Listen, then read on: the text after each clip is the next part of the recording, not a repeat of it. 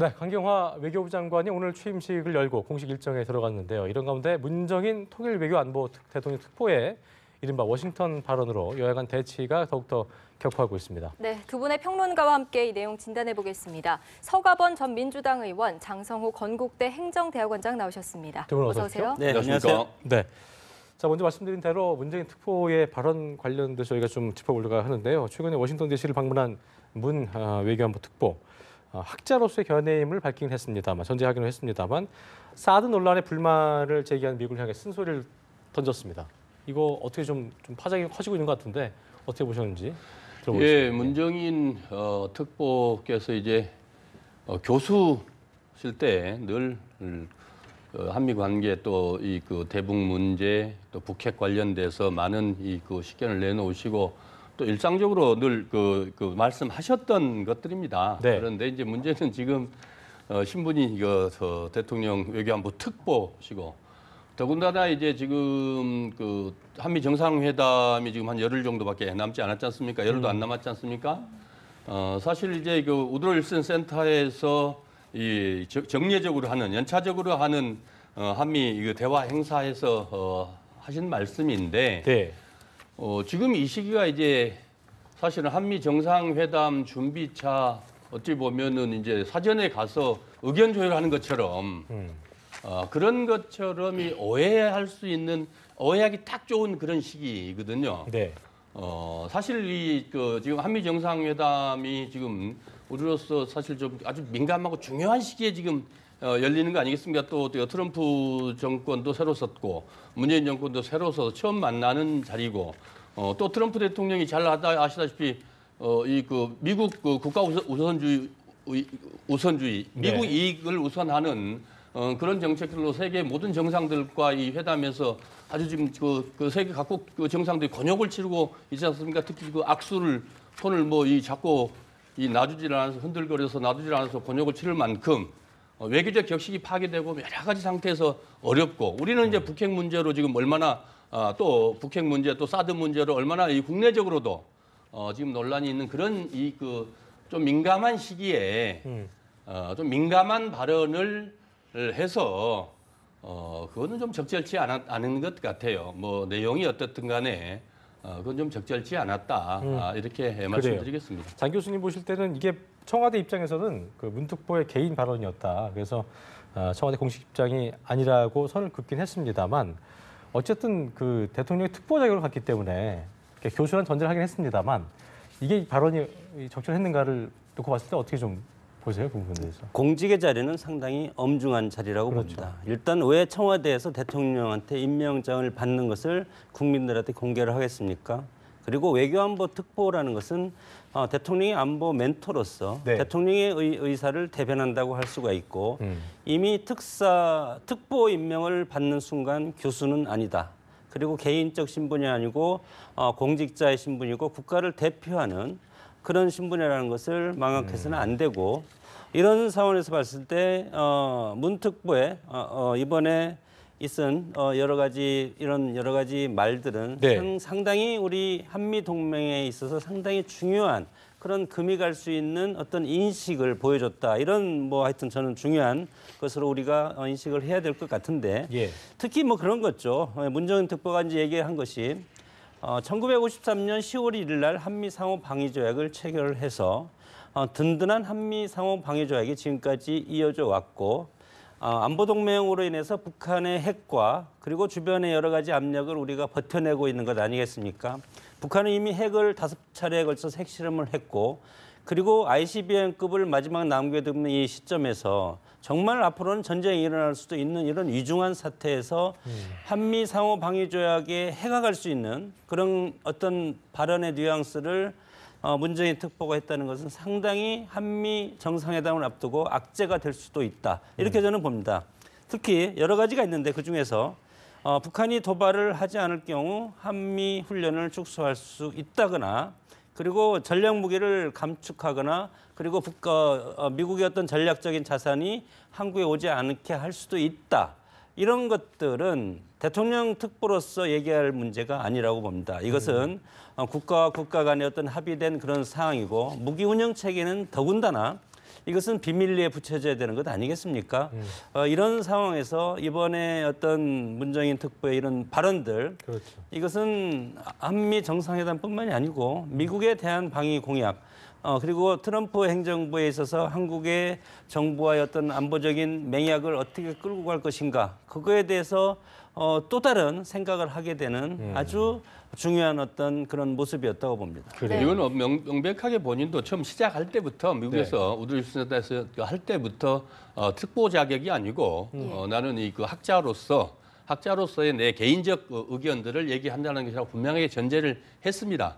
아까 말씀드렸지만 그럼에도 불구하고 말씀드렸듯이 적절치는 않았죠. 시기적으로도 그렇고 신분상으로도 그렇고 적절치는 않았는데 한편으로 생각해 볼 게 이 부분 이제 뭐 직접 그런 얘기들은 안 나왔습니다만은 청와대에서도 명백히 했죠. 그 교수의 생각이고 그렇죠. 청와대 입장이 아니다라고 분명하게 밝혀서 이거 빨리 논란에 대해서 청와대 입장을 밝힌 것은 다행하다고 생각하고요. 그러나 이제 이 왕왕 외교적으로 레버리지들을 활용할 수도 있죠. 아마 이제 그런 생각들을 내심에 또 좀 하셨는지도 모르겠습니다만 개인적으로 이 정상 여러 가지 의제들이 있고 또 의제 설정들을 해야 되고 또 이 지금 심지어는 사드 문제와 관련해서 트럼프 뭐 이 한국에서 사수 써야 된다까지 그렇게 얘기를 하고 했잖아요. 여러 가지 새롭게 또 방위비 분담 문제도 여전히 협상을 해야 되고 또 한미 FTA 문제도 지금 다시 재개정하자 이렇게 들고 나오고 있지 않습니까? 그런 것들로 인해서 여러 가지 좀 그 대통령 협상력을 높이는 레버리지를 좀 활용할 수도 있지 않겠냐 본인의 발언이 이런 생각들 내심에 했는지는 모르겠습니다만은 지금 이 시기에는 그렇죠. 다른 시기하고 다른 때 정상회담 갈 때하고 달라서 이 국내외적으로 아까 말씀드렸듯이 너무 민감한 시기 그런 시기였기 때문에 좀 적절치는 않았다. 단어 하나에 좀 이렇게. 조심을 기울여야 그렇습니다. 되는 그렇습니다. 그런 예. 시기이기 때문에. 미국에서 네. 지금 현 정세를 내다보는 것은 상당히 저는 위중하게 지금 보고 있다고 생각을 합니다. 네. 지금 북한에서 미사일 발사를 수차례 했고 지금 문재인 정부 출범에서도 지금 뭐 대여섯 차례 지금 미사일을 계속 쏴대고 있지 않습니까? 지금 마지막 남은 것은 ICBM인데 미국의 수정안보에 보면 미국이 어떤 상대국으로부터 위협을 받을 가능성이 있을 때 대통령은 즉시 무력 행동을 하도록 되어 있습니다. 그래서 북한에서 마지막 지금 ICBM 시험 발사를 남겨두고 있는데 이 폭발력으로 인해서 미국이 15,000km, 2만 km까지 해서 LA라든가 미국의 본토에 도달할 가능성이 있다고 지금 느껴질 순간이 저는 가장 위험한 순간이라고 보는데 이런 순간에 미국에서는 지금 우리 한반도의 안정도 중요하지만 미국의 안전을 훨씬 더 지금 중요하게 생각하는 것이 미국의 생각 아니겠습니까? 이런 상황에서 사드 문제도 마찬가지로 한국의 안전 보장을 위해서 한미 상호 보완을 위해서 북한의 미사일로부터 한국을 방어하는 측면도 있지만 한국에 있는 미국의 어떤 군인들이라든가 미국의 민간인들을 보호할 그런 측면이 훨씬 강화되는 겁니다. 이런 상황에서 지금 사드 문제를 가지고 우리 내부적으로 상당히 갈등이 있는 것도 상당히 지금 불편할 것이고 예. 두 번째는 지금 문재인 특보가 얘기했던 거 사드 문제에 관해서 또 발언을 하지 않았습니까? 이런 것들을 종합해서 볼 때 미국의 인식과 우리 어떤 외교 특보, 안보 특보의 인식은 상당히 거리감이 상당히 크다. 이런 것들을 이번 한미 정상에서 미국이 확인하려고 할 겁니다. 그렇죠. 그래서 미국이 앞으로 한반도 정책을 어떻게 추진할 것인가 이것에 대해서 이제 앞으로 미국의 근본적인 그리고 트럼프 대통령이 경로했다는 그런 보도도 있지 그렇죠. 않습니까? 예. 이런 차원에서 한미 상호 방위 조약을 우리가 앞으로 정말 진지하게 끌고 가야 될 그런 문제인데 이런 것들을 새로운 정부가 출범을 해서 물론 과거 정권과 다른 각도로 할 수도 있겠지만 그러나 안보와 관련해서는 과거 정권과 그렇게 다른 측면으로 갈 그런 여지는 그렇게 크지는 않다 그렇게 봅니다. 예. 주권국가의 외교 문제는 지금 우리 장 원장님 말씀 뭐 다 충분히 일리 있고 타당합니다만은 주권국가의 외교 문제는 또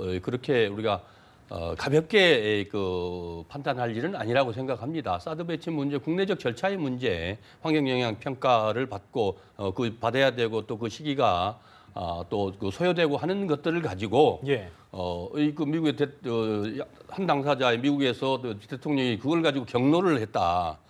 그런 것들은 서로 외교관에 이게 맞지 않고요. 미국도 거기에 괌에 사드 배치할 때 환경영향 평가 2년을 받지 않았으면 자국에 배치하면서도 2년 동안 걸려서 환경영향 평가를 받지 않았습니까? 그거는 다 국내적 어느 나라나 국내적으로 다 이 법적 절차가 있기 때문에 그 법적 절차 안에서 그 문제를 또 그거는 또 별개로 문제로 그렇게 해야 될 문제고 그런 것들에 대해서는 우리가 좀 분명하게 우리가 주권 국가다. 그래서 이 당사자 간의 정상 간의 회담을 국익을 위해서 국익을 어떻게 확보할 것인가를 가지고 정상회담에 임해야 되는 것은 분명하다. 단지 지금 이제 문정인 교수께서 특보께서 예. 지금 아주 중요한 시기에 사실 정상회담을 의제설정하고 앞두고 있는 그렇습니다. 시기이기도 하고요. 그런 시기에 이게 적절치 않다는 것이지 국내 하나하나의 이 문제 개별적인 사안들을 가지고 그것이 다 옳다 그르다 이렇게 판단하는 것은 좀 한번 좀 우리가 생각해봐야 될 문제라고 봅니다. 예. 네. 저도 이제 잠깐만 말씀을 드리면 네, 네. 우리가 주권국가 사실 상당히 주권국가는 당연한 것이고 그리고 사드 배치에 대해서 국내적인 절차가 있으면 해야 되고 환경평가도 물론 하고 2년이 걸리든 3년이 걸리든 해야 되는데 그렇죠. 사드 배치라는 것은 무기체계 문제 아니겠습니까? 이것은 조약의 문제가 아니었고 애초에 그리고 이것이 이미 한미 간에 합의가 된 것은 배치를 합의한 것은 박근혜 전 정권 때 이미 합의가 해서 미국이 이것의 사드 배치를 이미 완료를 하지 않았습니까?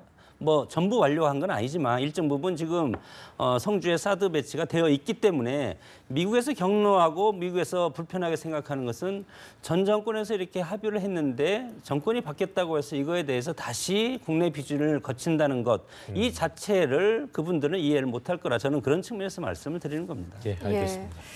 야당의 반응 잠시만 좀 살펴보면요. 예. 문정인 특보의 발언에 대해서 우선 비판의 목소리가 좀 높은 것 같습니다. 그렇습니다. 사퇴까지도 이야기가 나오는 것 같아요. 외교안보- 자유한국당과 바른정당에서는 그런데요. 청문 전국 때문에 지금 대치 전선이 확대되고 있는 상황인데 더 꼬여가는 것 같습니다. 어떻게 좀 풀어야 될까요? 이 문제를 뭐 그렇게까지 확대할 문제는 아닐 것 같고요. 예. 아까 말씀드렸듯이 이 문제는 분명하게 청와대에서도 사전에 조율된 것 아니고 예. 문정인 교수 특보로서가 아니고 개인의 입장이다라고 분명하게 정리를 했고 문정인 특보도 발표하기 전에 개인 자격으로 한 거다라고 명백하게 그렇게 규정을 해서 했기 때문에 그 문제 야당으로서 여러 가지 문제점들을 제기할 수 있는 것은 뭐 충분히 제기를 할 수 있지 않겠습니까? 또 실제로 민감한 문제들을 뭐 사드 문제뿐만이 아니고 여러 가지 동맹 문제라든지 그다음에 아까 무기 배치 핵 잠수함 배치 여러 가지 문제들을 다양하게 많이 해서 상당히 야당으로서도 민감하게 대응할 수 있죠. 또 당연히 또 그래야 되는 거 아니겠습니까? 여야를 떠나서 그 문제는 그 문제고 또 청문회 문제라든지 그다음에 이 추경 문제라든지 이 국내 국회에서 해야 될 일들은 또 그것은 또 그 별개 그것대로 이렇게 해야 되는 것이지 무슨 일이 하나 생기면 그걸 가지고 끝장을 보겠다. 뭐 대결 완전히 이거 뭐 전쟁 치르듯이 가부간에 양도 일도 양단 결정을 해라. 예. 이거는 서로 바른 태도는 아니지 않겠습니까? 근데 이제 아까 장 교수님께서 잠시 짚어주셨습니다만 외교안보가 많은 현안들로 좀 예민한 상황에서 그렇습니다. 특보 자격으로 간 건데 이제 개인 사결을 거기서 얘기했다는 것 자체에 대한 걸 놓고 어떤 자질 논란 이런 것들을 또 비판하는 것 같아요. 사실 특보는 말 그대로 특보입니다. 그러니까 행정부 개선상에 있지 않고 말 그대로 대통령의 특별히 보좌하는 거거든요. 그러면 일상적으로 자기 업무를 수행을 하면서 그 사안에 대해서 외교 안보와 관련된 사안에 대통령 자문을 구하고 또 보충적으로 보좌를 해주는 그런 역할이거든요. 그러니까 장관들이나 또 청와대 수석이나 이런 이 공식적 기구 보좌 기구들하고는 다른 겁니다. 정무특보도 국회의원들이 지금 박근혜 정권 때도 국회의원들 주호영 의원이라든지 김재원 의원 몇 사람들이 정무특보 국회의원 역할을 하면서 특보를 했지 않습니까?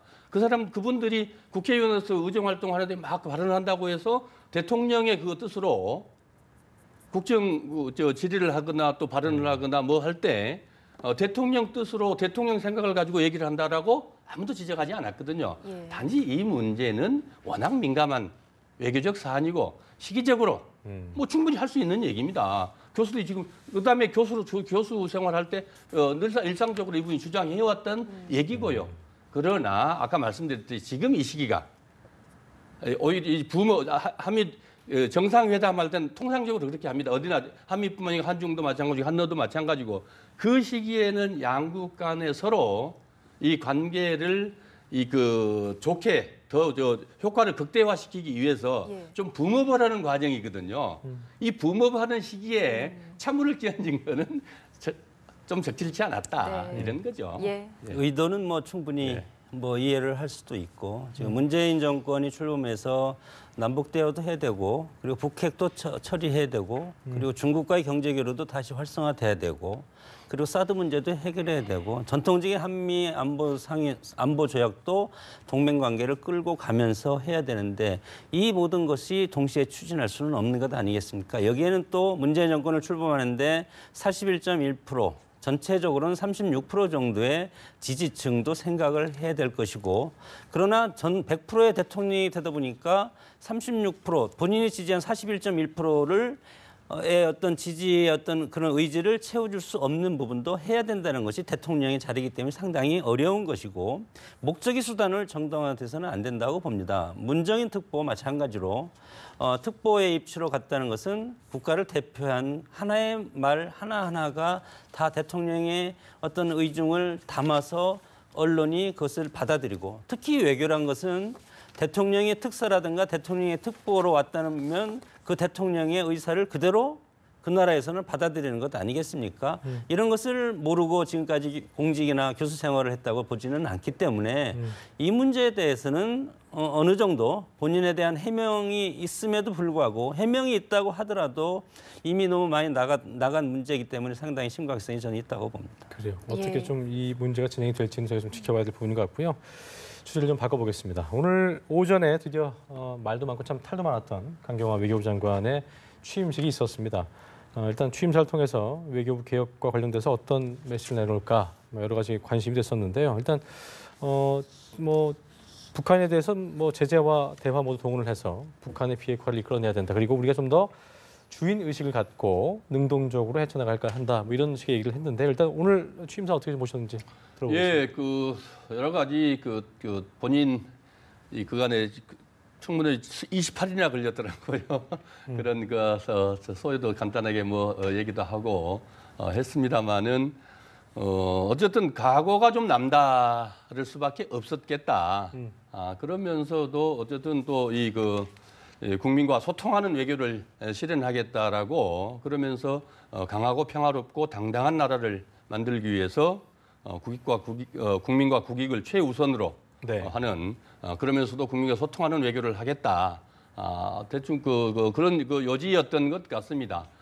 지금 아까도 말씀을 드렸습니다마는 첫 번째 지금 주어져 있는 과제가 지금 이거 한미 정상회담이고 네. 그 다음 달 또 G20 정상회담 아니겠습니까?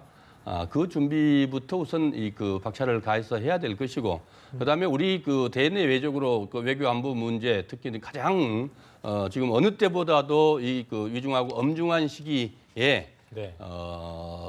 비외교관으로서 또 최초의 여성 장관으로서 그 유리창을 뚫고 지금 이제 취임을 했는데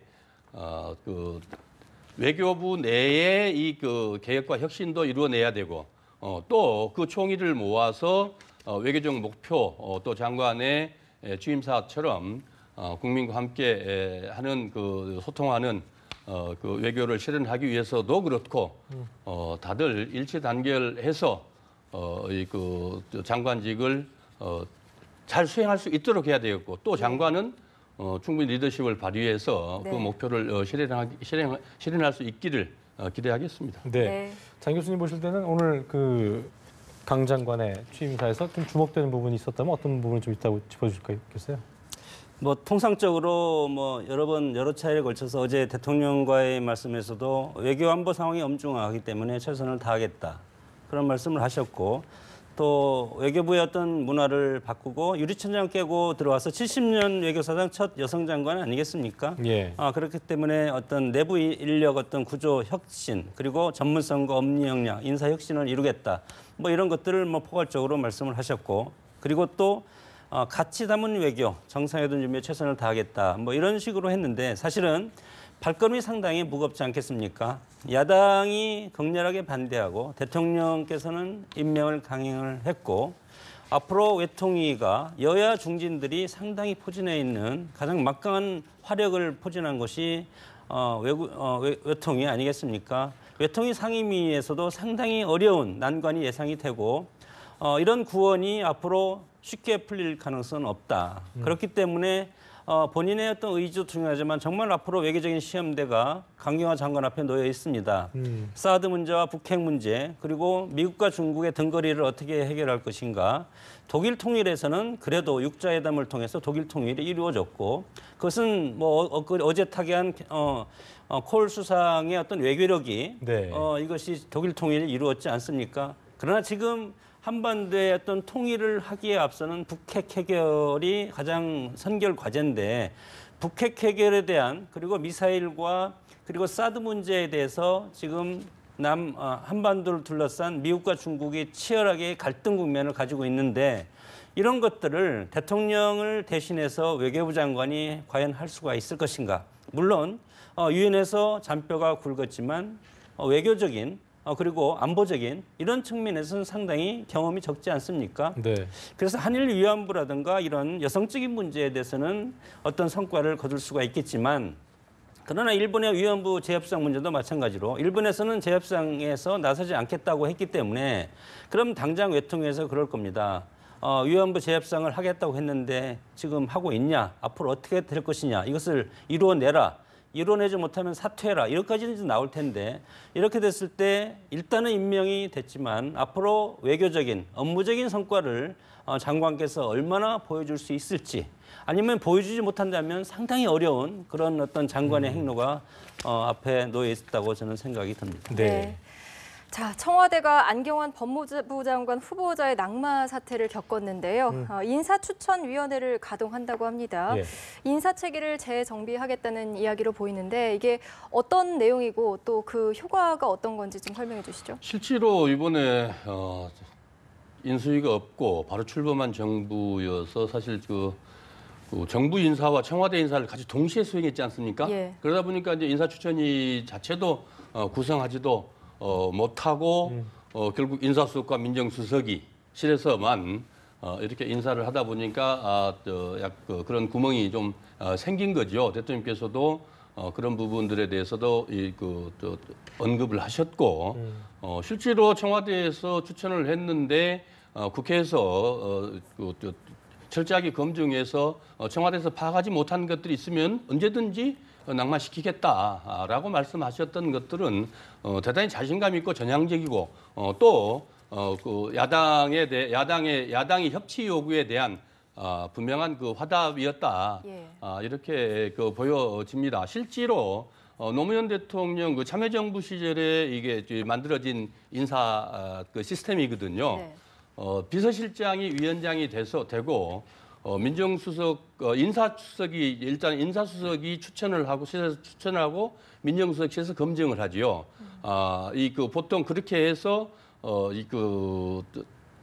인사추천위원회에서 충분하게 논의하고 검증해서 대통령께 한 3배수 정도로 보고하고 그리고 나서 이제 철저한 심화 검증을 해서 최종적으로 대통령이 임명을 하는 그런 절차로 이루어졌는데 네. 이번에도 대체로 그렇게 그런 시스템으로 이루어지는 것 같습니다. 그러니까 비서실장 위원장이 되고 그다음에 정책실장, 안보실장, 정무수석, 그다음에 인사수석, 그다음에 민정수석 이렇게 위원회가 구성이 돼서 거기서 심지어는 이제 정무적 판단까지도 하다 보면 하지 않겠습니까? 검증뿐만 아니고 정무적 판단까지도 같이 하게 돼서 사실상의 단선 민정수석 과거 정권의 인사수석도 없었죠. 민정수석실에서 해서 검증해서 해서 가서 했던 인사 참사들이 사실 노무현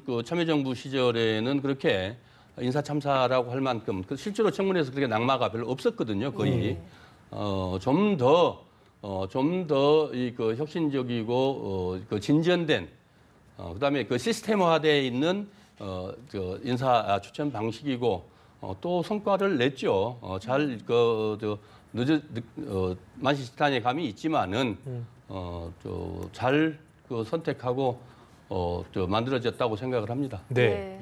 일단 강경화 외교부 장관 임명 강행 때문에 야3당은 강하게 반발을 하고 있는 상황이고 또 공통된 목소리는 한 목소리로 어쨌든 협치는 청와대 쪽에서 하긴 한 것이다 이렇게 얘기를 하고 있고 하지만 뭐 또 그들 사이에서도 또 공조는 또 좀 삐걱대는 느낌인데 일단은 앞으로 남아 있는 것들이 이제 인사청문회도 물론이고요 추경 예산안도 그렇고 정부조직법 처리도 그렇고 이런 부분에 있어서 좀 뭐 올스톰 국면에 빠져들지 않겠냐 이런 우려가 나오더라고요. 어떻게 좀 예상을 해볼 수 있을까요? 1차적으로는 의회 정치가 실종되기 전에 정당 간의 대화가 없어졌다고 봅니다. 특히 민주당이 제1여당인데 여당의 존재감이 상당히 없어진 것이 현재 국면이 저는 안타깝다.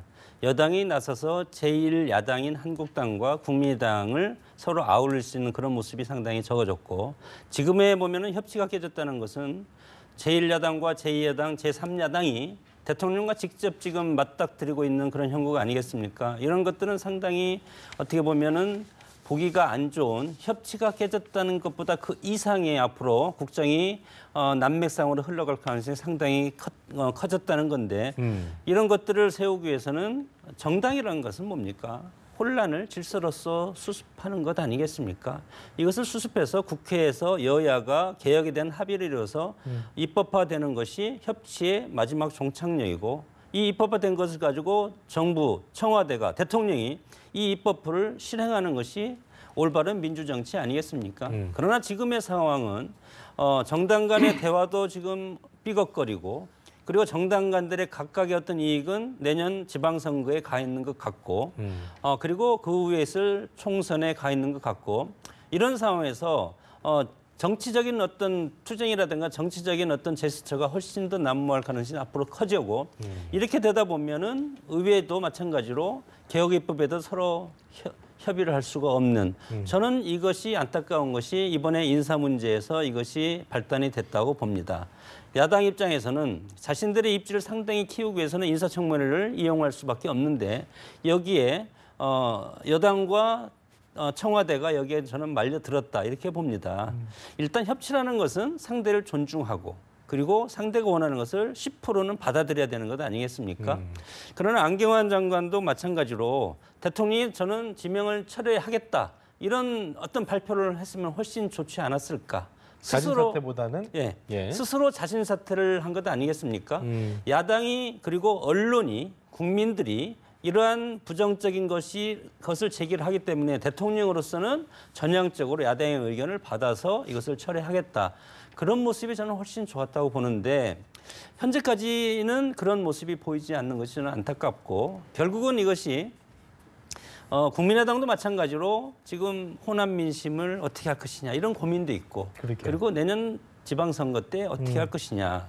결국은 지방선거 때 민주당과 국민의당이 한 당으로 합당하지 않으면 적대적인 관계로 바로 돌아설 수밖에 없습니다. 선거란 것이 그렇기 때문에 이런 상황에서 앞으로의 협치는 상당히 어렵지 않나. 그리고 대통령께서 처음에는 국회도 방문하고 각 당도 방문했는데 지금 인사청문회 전국을 맞이해서 그런 모습이 저는 상당히 없어졌다고 이렇게 생각이 드는데 그런 건 상당히 안타깝고 초심으로 해서 야당과의 대화를 정말 이것이 이루어지지 않는다고 할지라도 계속 시도하는 것이 결국은 국민의 여론을 대통령으로 끌어들여서 그 국민의 여론을 바탕으로 국정을 앞으로 치고 나가는 그런 개혁 정부가 되리라고 봅니다. 알겠습니다. 협치는 여야가 또 청와대와 이 국회가 같이 하는 겁니다. 손바닥이 마주쳐야 소리가 나듯이 그런 것 아니겠습니까? 아까도 말씀드렸습니다만은 앞으로 이 시스템을 통해서 인사를 좀 더 검증을 좀 더 철저히 하겠다고 했고 그럼에도 불구하고 국회 청문회 과정에서 문제가 발생되면 치명적인 그 검증 생각지 않았던 것들이 나오면은 국회의 뜻을 존중하겠다라고 대통령께서 또 그렇게 분명한 입장들을 밝히셨습니다. 그런 것들이 국회를 존중하고 협치를 하겠다는 것이죠. 그래요. 오히려 이 청문 실제로 안경환 후보자 같은 경우도 약간의 이 문제점들이 존재하지만은 직무를 수행하고 검찰 개혁을 이루는 데는 적임자라는 이 목표 의식이 더 앞서서 청와대에서는 청문회에 임명을 했고 그리고 그래서 청문회를 통해서 그것을 검증하자는 것이었는데 청문회도 전에 각종 의혹들이 많이 나오고 또 국민적 여론이 악화되면서 본인이 자진 사퇴를 하게 된 것이거든요. 그래서 청문회를 거쳤다면은 아마 대통령이 철회를 할 수도 있겠죠. 그러나 본인이 대통령의 국정 수행에 지장을 주지 않겠다 해서 철회한 그래요. 건데 그게 마치 무슨 협치를 하지 않고 독선적으로 국정을 운영한 것처럼 그렇게 주장을 하는 것은 온당치는 않다. 지금 이 시기에 가장 아까도 늘 하는 얘기입니다만은 인수위도 지금 자유한국당이죠 중심으로 해서 한 달 동안의 인수위라도 설치하자고 정부조직법을 그때 개정하자고 했는데 못 주게 했지 않습니까? 안 했지 않습니까? 그래서 인수위도 없는데 정부 먼저 출범을 해야 될 게 아니겠습니까?